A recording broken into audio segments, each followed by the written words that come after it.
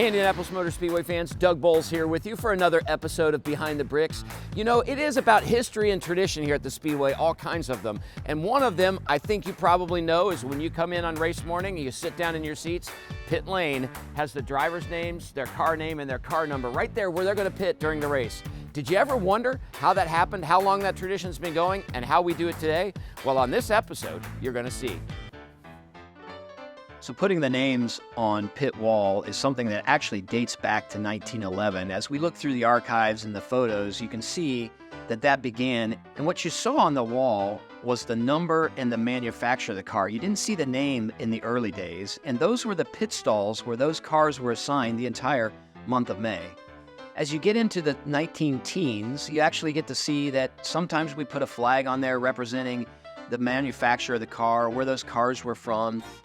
But it was really 1927 when they began to start putting drivers' last names associated with the numbers along pit wall.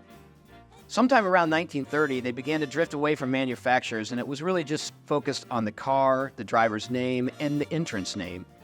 In 1937, they added the full name above the numbers. And then in these photos from 1945, as the Speedway had been dormant for a few years because of World War II, you can still see the stencil that was left in the wall from the last race held before the Indianapolis 500 closed down for World War II. After World War II, Tony Hulman bought the Indianapolis Motor Speedway, and the first 500 after World War II was 1946. And that's really when you see the driver's name become the prominent name on the wall. You saw the car and the entrant name on the left, the number was right there in the middle, and then the driver's name on the right. And then in 1948, they changed it and put the driver's name on the left, the number in the middle, and the car and entrant on the right. And it really remained that way, except for some minor font changes until the mid-1970s, when they moved the number to the end. In 1980, they changed it back to the way that it was pre-mid-1970s change. And this was the format and the style that remained there ever since.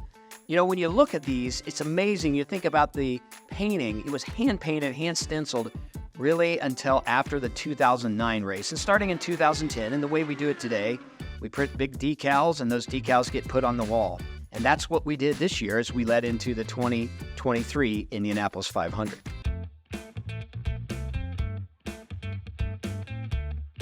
So we're now inside behind turn 3, and this is where the magic happens. Those names that you see on the wall, they start right here on this vinyl machine. I'm with Kyle Knight, who's our graphics production lead here at the Indianapolis Motor Speedway. We trust him to do thousands of signs that you see around the Speedway, but maybe the most fun job you have is getting to print these wall signs. Of course. It's a really cool collaborative effort too, because we pull in folks from facilities, folks from our marketing team, social team. They'll usually come out and try and capture a little bit here and there.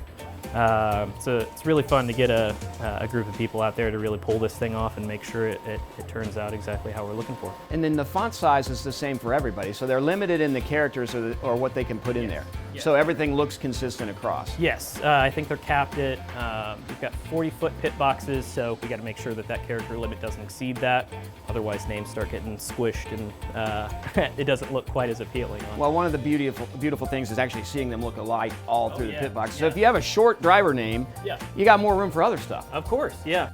So you're printing two right now. We're printing Ryan Hunter-Reay and Graham Rahal. So normally they come out together. This process for these names, for these two names, how long will this take? This will take about an hour and 45 minutes. Like I said, we're capped at 40 feet. 40 feet of print takes a little bit of time.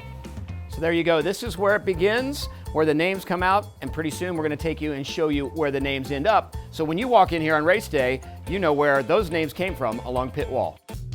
Now that we know the history of the pit sign wall, where it started, how it's been here, and that since 2010, it's been a decal on the wall instead of hand-painted, behind me, this group is going to go put it on for this year's Indianapolis 500. These guys behind me and gals behind me, they do a lot of different things here at the Indianapolis Motor Speedway, but this morning, everybody's on the sign team.